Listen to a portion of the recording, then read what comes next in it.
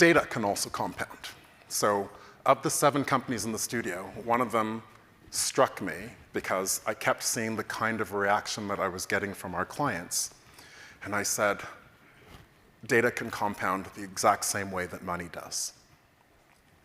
So Arima had built, and I've spoken about Arima before last year, they had built a synthetic model of Canada, basically a synthetic dot to represent each individual in the country. Then they did the US, then they did Germany and the UK, and we're now building a couple of more. Why is that interesting?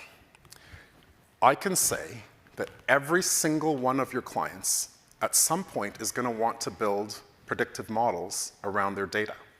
Let's say you own a cafe, or let's say you own 3 cafes and you're deciding to open up a 4th.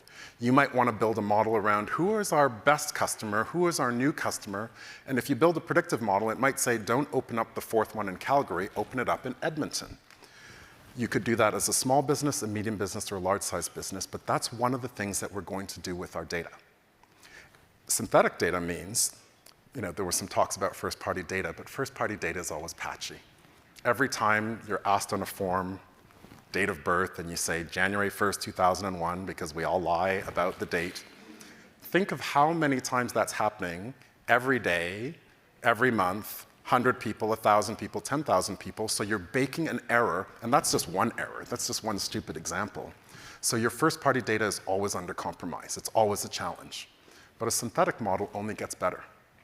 So every time you see something shitty made from AI and everyone says, that's the worst it's ever going to be because it only gets better, you can think about synthetic data that way. You take your first-party data and overlap it with your synthetic data set, it fills in the blanks, and then you build your predictive models. That's valuable, and every single client will do it. They're going to want to simulate, they're going to want to build tests, they're going to want to build optimization models. Good use of AI, but you need better quality data to do it. So we started on a project and we said, let's work on a specialized data set. Let's build a specialized data set around sports fans because sports fans are the ultimate audience. They're the ultimate because we've all experienced data fragmentation. Different platforms, this platform's no longer cool, everyone goes over there, people are in their little tribes, and those tribes are now in the hundreds or the thousands or the tens of thousands, and our job is to find an audience and consolidate them, but sports audiences show up consistently for live sports. Day of game, playoffs, seasons, every 2 years, every 4 years, Olympics, World Cup, everyone shows up at the same time, and how valuable is that? And they're passionate. They're not indifferent fans. So we said, let's build a data set around sports fans because we can probably build models for every broadcaster, every sponsor, every participant in that ecosystem. And so we're building the synthetic sports fan data set.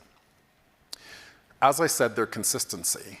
And when you look at what gets invested in, we always invest in something consistent rather than something erratic. The other thing to note is the World Cup is the largest sporting event and the largest audience in the world. But this year was interesting because in February, we had the start of the Winter Olympics at the same time as the Super Bowl. So we had this unique overlap culminating in this World Cup that only happens every 4 years. So we said, let's look at the data of what happens when we have this massive audience attention. Super Bowl is kind of local, international with the Olympics, and this 140 days of unbroken attention around different sporting activities. And what we did was we said, it's interesting because you can see there were all these things that happen in between. It's not because someone's a sports fan. I'm not even a particular sports fan. But intellectually, I said, look what happens when someone pays attention to the thing that they love. They might show up at the World Cup again, but for different reasons, they wander through other areas of interest. And as marketers, we're in this business of continuous marketing, so you really shouldn't say we did a Super Bowl thing, and then we went away, and then we came back at the World Cup. That doesn't make sense. So you've got to figure out how to track them all the way through. Some of them are interested in sports, but some of them, they like Popeyes instead of KFC. That'll show up in a synthetic model. So we'll say, what do we do with that? So we built this as a way for us to explain, this is just in one category, but we could probably do it in any category. Now, what do you notice about these data sets?